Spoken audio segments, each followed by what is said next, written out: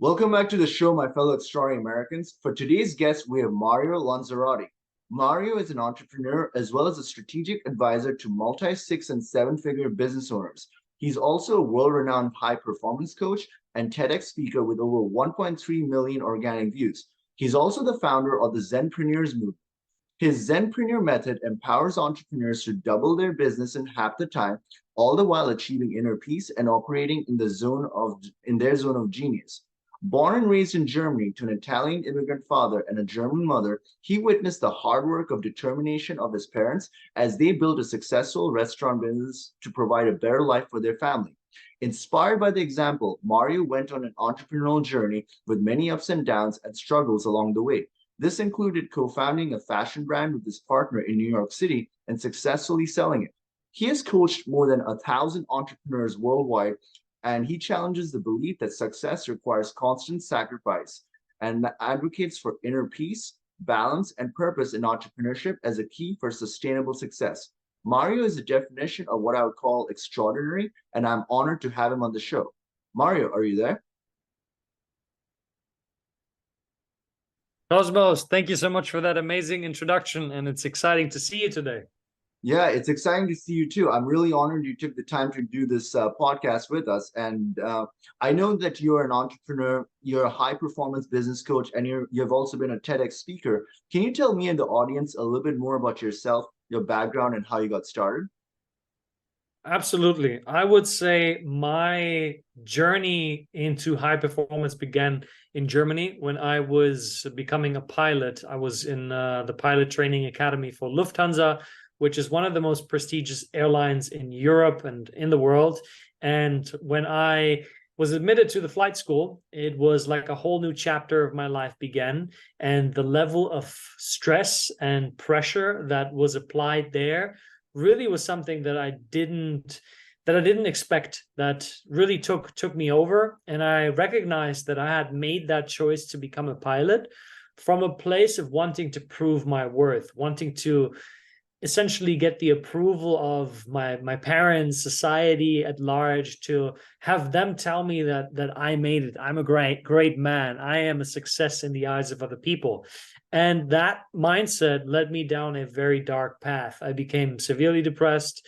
I was suffering from chronic back pain for about 1.5 years. And I was toying with the idea of suicide.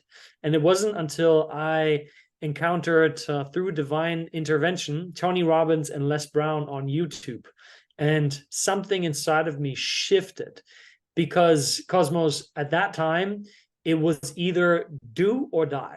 Either I was going to make it as a pilot and become the success in my thinking at that time, or I would end my life. And when I came across Tony Robbins and Les Brown, it was like there were two men that had failed so many times and with so many different endeavors in their life that used that not as something to be ashamed of, but as something to inspire other people. And it was me who was inspired listening to their story. So it was like somebody shifted something inside of me. And at that point, I felt that sense of relief. I felt that sense of hope that this wasn't the end of my life. I could make a change. And so I decided to quit my pilot career. And I made a promise. I promised myself that one day I too would help people free themselves from the thoughts and feelings that are holding them back in life. And I didn't know when I was going to make it as a coach and as a speaker, or how I would do it. All I knew is that it would happen. And so then I went on to study in Berlin. I studied fashion management. I ended up consulting Uber. I helped them get a big sponsorship deal with the luxury industry market in Berlin for, I think it was like 30,000 US dollars. I became an Uber ambassador. I was made a partner, a junior partner at a consulting firm as a student while I was interning there. And then I flew to New York. And in New York, I was doing an overseas semesters, and at the same time, we had to look for an internship. So I found the company All and Sundry, which is a custom shoe brand. And at the time, the founder had just kicked off the brand, and he was looking for interns to help him out. And I said to him, look, I love what you're doing. and I'll work for you, but only if you give me the chance to become your business partner. Because I thought I just did that in Berlin. It worked there. So why not try it again? And so he said, yes. So he said, yes, I would love that. But first, you got to show me that whatever you're saying actually makes any sense. And so I worked, I hustled, I grinded, I just put in the hours, and I made it. I was made a founding partner in the company, and that was the beginning of my entrepreneurial journey. Wow, Mario, this is like extraordinary. Like you went through depression, you were thinking of suicide at one point, and you made an extraordinary comeback. And my question to you is that for a lot of people, like that's basically a lot their state at different points of their life. Like they feel hopeless, they feel despair. And my question to you is, what is that transitional thought process that it takes to get from that stagnating place to the pinnacle of success? Because what you did was extraordinary. Very few people can do that, but people want to know how, if they're in a certain dark place in their life, what can they do to get to the next level? Yeah, that's a great question. And obviously, my story was very compact. There were many years in between what I experienced at Lufthansa to actually starting in New York City as a co-founder. And I would say the first thing is that you have to realize that what you're experiencing is okay. It's human.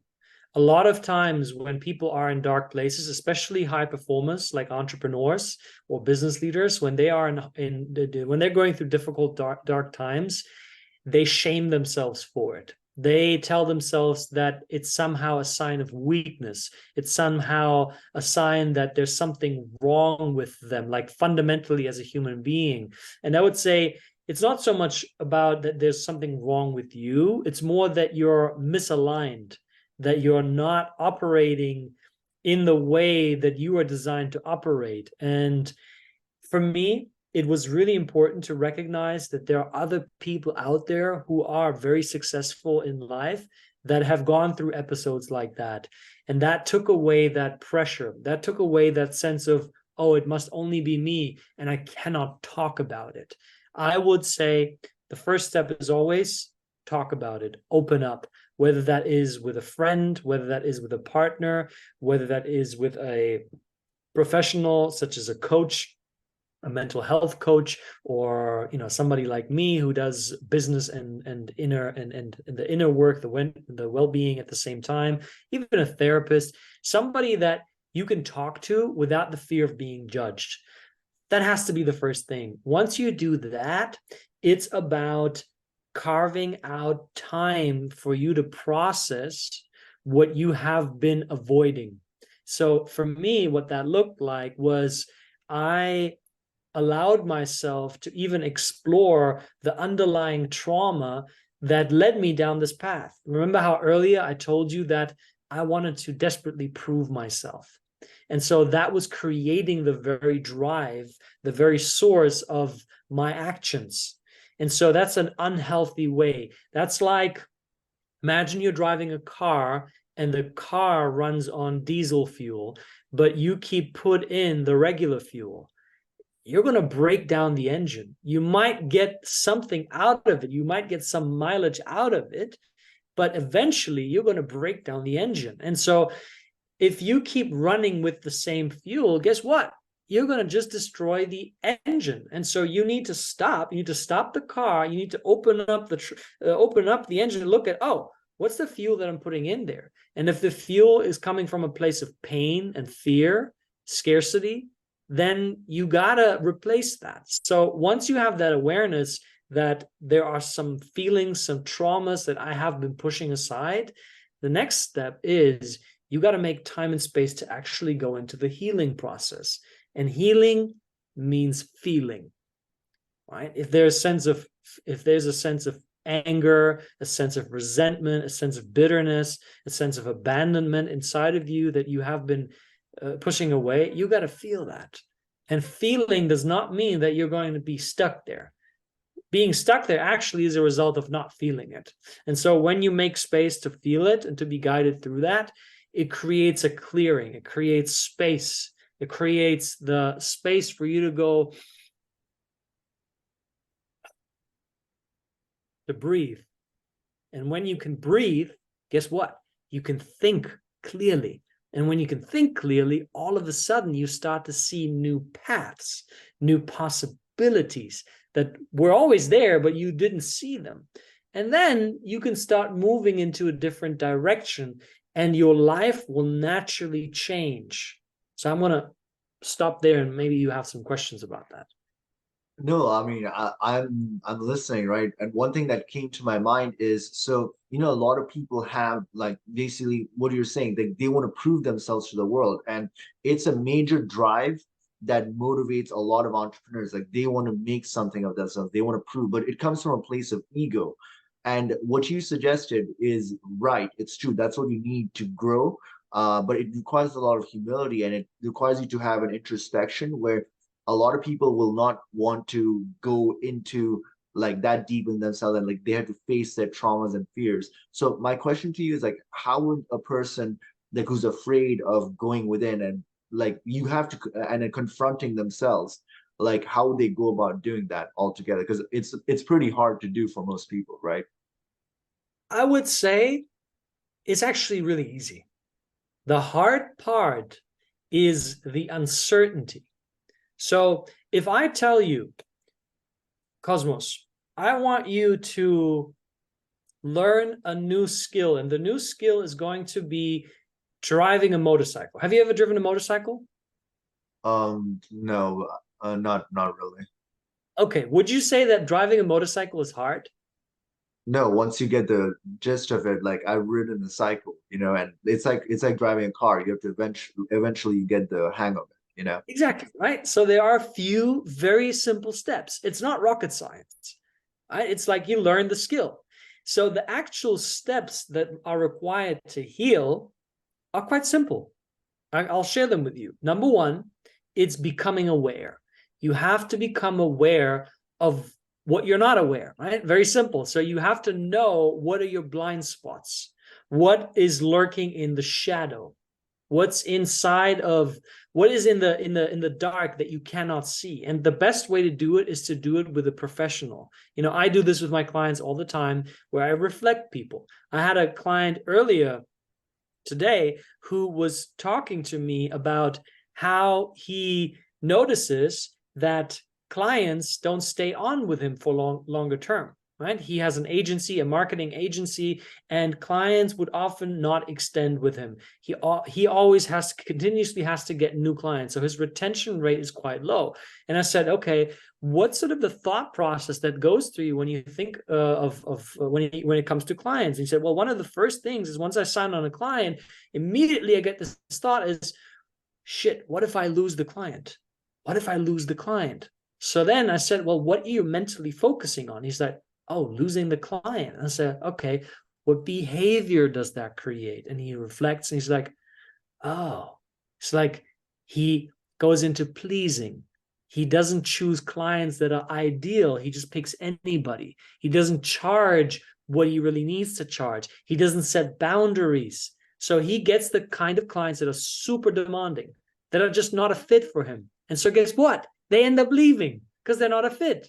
So when you recognize what's in the shadows, you start to see your own sabotaging patterns. So the first step is always you got to see it. Once you see it, you got to go into the underlying emotions. So what is the emotion that is inside of your body? Because healing happens in the body before it happens in the mind. When you heal the body, you need to make time and space to feel something. So if the underlying emotion is anger, especially men carry a lot of anger because men have been taught in our society that anger is unhealthy, that it's a threat to society at large. Angry men are a threat. But actually, anger expressed in a healthy way is a powerful tool. So that could mean you take a pillow and you punch into the pillow and you scream into the pillow, or it could mean you go into the forest and you take a stick and you punch down on the floor or on like a big tree. Make sure that you don't destroy anything that cannot regrow quickly. But you let the anger out. You can go boxing, right, in a healthy way. When I do this work with clients and they release the anger, 9 times out of 10, underneath the anger is sadness.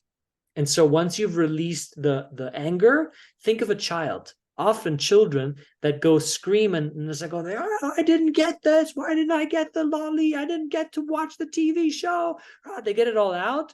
Once that's gone, what comes next is sadness. They start to cry. And that's the same thing that happens with us. Often underneath anger is sadness. The reason being is because it feels safer to most people to tell themselves that they're angry rather than telling themselves that they're weak, that they're sad. Because anger is still seen as something more powerful, assertive, but sadness, that's just looked at as something that is weak. So you have to allow yourself to feel that. And then people might, well, how do I do that? Well, how do you feel sad? You watch a sad movie, you hear a sad song, you cry, you allow yourself to process the feelings. That's the second step. So become aware, feel the feeling, and then 3 is reprogram. You reprogram yourself based on guiding principles. So if, for instance, you're an entrepreneur who has been pushing away his or her feelings for the longest time, and that leads to a certain behavior where you go into pleasing, then what do you got to do? Okay, you got to set up a new belief system, a new principle that says, for instance, I give myself space to process my feelings. If that becomes your guiding principle, the next time you feel something coming up, you know, okay, I'm somebody that gives myself space and time to process this. So now you move through it quickly. So that's how you override a pattern. And with that, you change the behavior. And with that, guess what, Cosmos? You create new results over consistent periods of time. Mario, this is amazing. Basically, you're combining the teachings of Zen with entrepreneurship, with a practical application towards entrepreneurship. It's ingenious because I studied Zen meditation and like Tibetan Buddhism. And like basically the part where you talked about processing your emotions and letting it feel, like that is basically what the Zen masters talk about, right? Like you got to experience it, let it just flow through your being, and like you got to center around yourself, let it flow through your being, and then once you take the hit, like you experience it fully, then what you mentioned was a reprogramming part. But you got to allow yourself to feel those things, and a lot of people, they block themselves internally. They don't want to feel certain negative emotions, and because of that they stop themselves from attaining the pinnacle of success. So that's what came to my mind when I was listening to you. Yeah, absolutely. And if you think about this, all fears, every single fear in life is always a fear of feeling. It's never the fear of what's going to happen, where we tell ourselves, oh man, what if I can't pay the rent? What if my wife leaves me? What if that client is going to say they don't want to work with me anymore? It's not the scenario that we're afraid of, it's how we will feel in relationship to that scenario, because the feeling creates that sense of pain, and we somehow are conditioned to think that we can't handle that pain.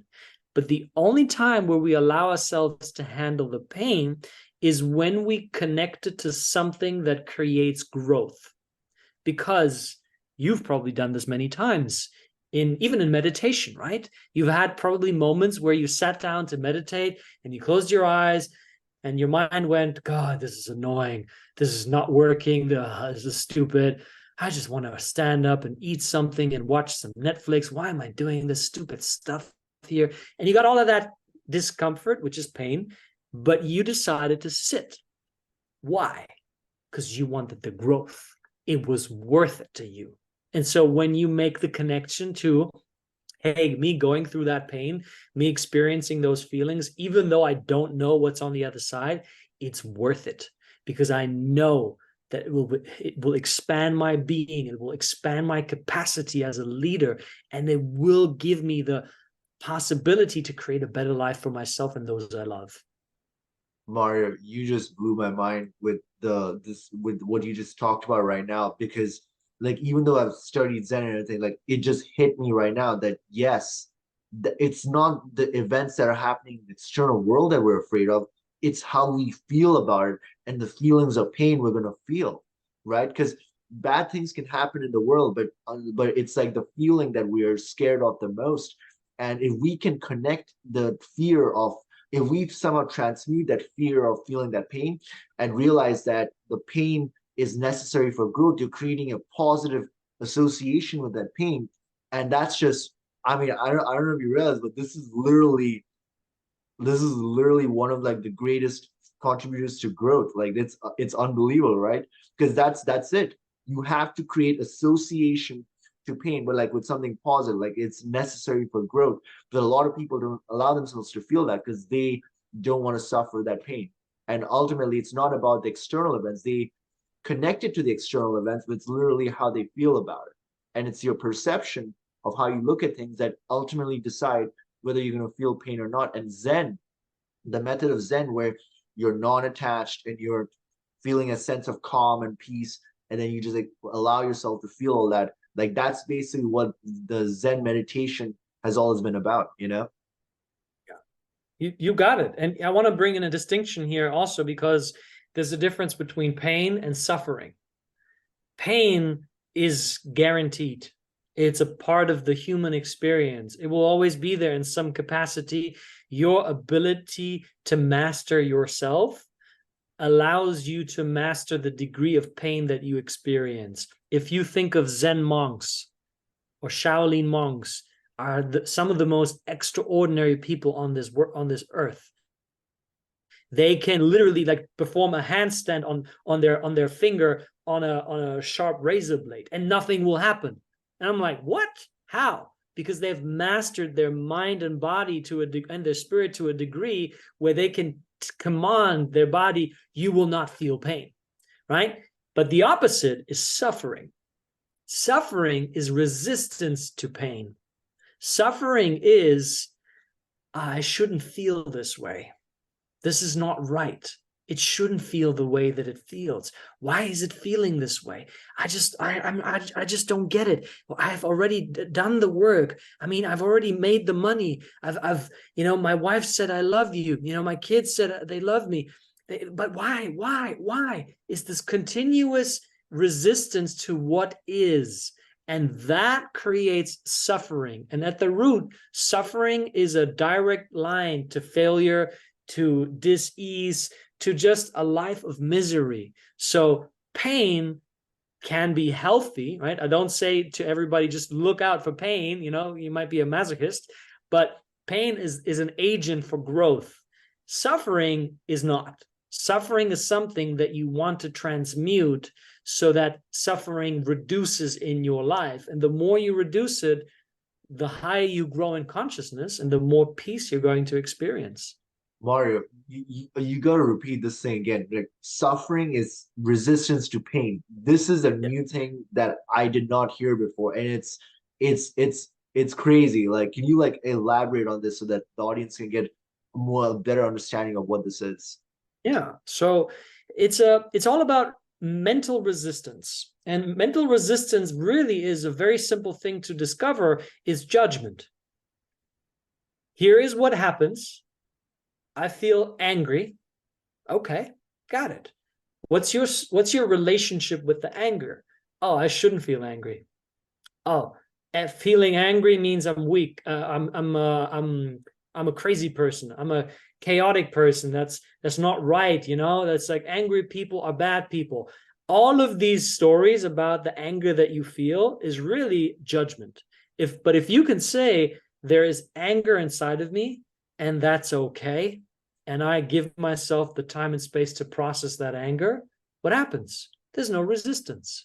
It's like saying there's the river flowing, and the river's flowing, and then you go and say, oh, you know what? I just don't like the way the river's flowing. I mean, clearly, me, the almighty Mario, I know how nature should really be, so let me just put this massive rock in there. What will happen? The water will wear out the rock. It will, and that's the suffering, the wearing out part. That happens inside of you.